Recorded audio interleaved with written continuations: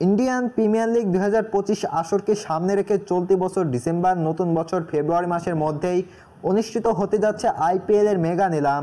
প্রতি 3 বছর পর পর যে মেগা নিলাম অনুষ্ঠিত হয়, সে মেগা নিলাম এবার অনুষ্ঠিত হতে যাচ্ছে। মেগা নিলামকে সামনে রেখে সব ফ্র্যাঞ্চাইজি মালিকদের সাথে বৈঠকে বসলেন বিসিসিআই। সেই বৈঠকে যে সিদ্ধান্ত হয়েছে তাতে বলা যায় 4-5 জন ক্রিকেটারকে ধরে রাখতে পারবে সব ফ্র্যাঞ্চাইজিগুলো। স্কোয়াডের সব ক্রিকেটারকে ছেড়ে দিতে হবে মেগা নিলামের আগেই।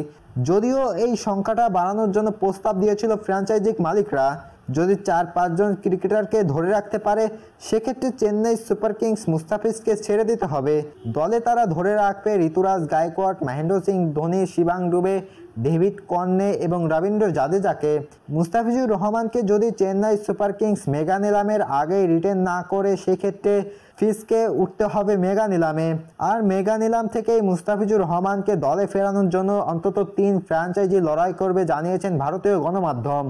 ভারতীয় গণমাধ্যম প্রতিবেদনে বলা হয়েছে, মুস্তাফিজুর রহমানকে যদি নিলামে উন্মুক্ত করে দেয় চেন্নাই সুপার কিংস, সেক্ষেত্রে তাকে দলে ফেরানোর চেষ্টা করবে কলকাতা নাইট রাইডার্স। স্বল্প মূল্যে মুস্তাফিজুর রহমানের মতন একজন কার্যকরী পেসারকে দলে ফেরানোর পরিকল্পনা কলকাতা নাইট রাইডার্সের অনেক দিনের। ফিসকে নিয়ে সেই পরিকল্পনা সফল করতে চায় কলকাতা নাইট রাইডার্স। মুস্তাফিজুর রহমানকে নাকি দলে নিতে চাইবেন সানরাইজার্স হায়দ্রাবাদ এবং পাঞ্জাব কিংস, এমন তথ্য দিয়েছেন সেই প্রতিবেদনে। মুস্তাফিজুর রহমানকে এর আগে সানরাইজার্স হায়দ্রাবাদ দলে ফিরিয়েছিল, সফলতা পেয়েছিল।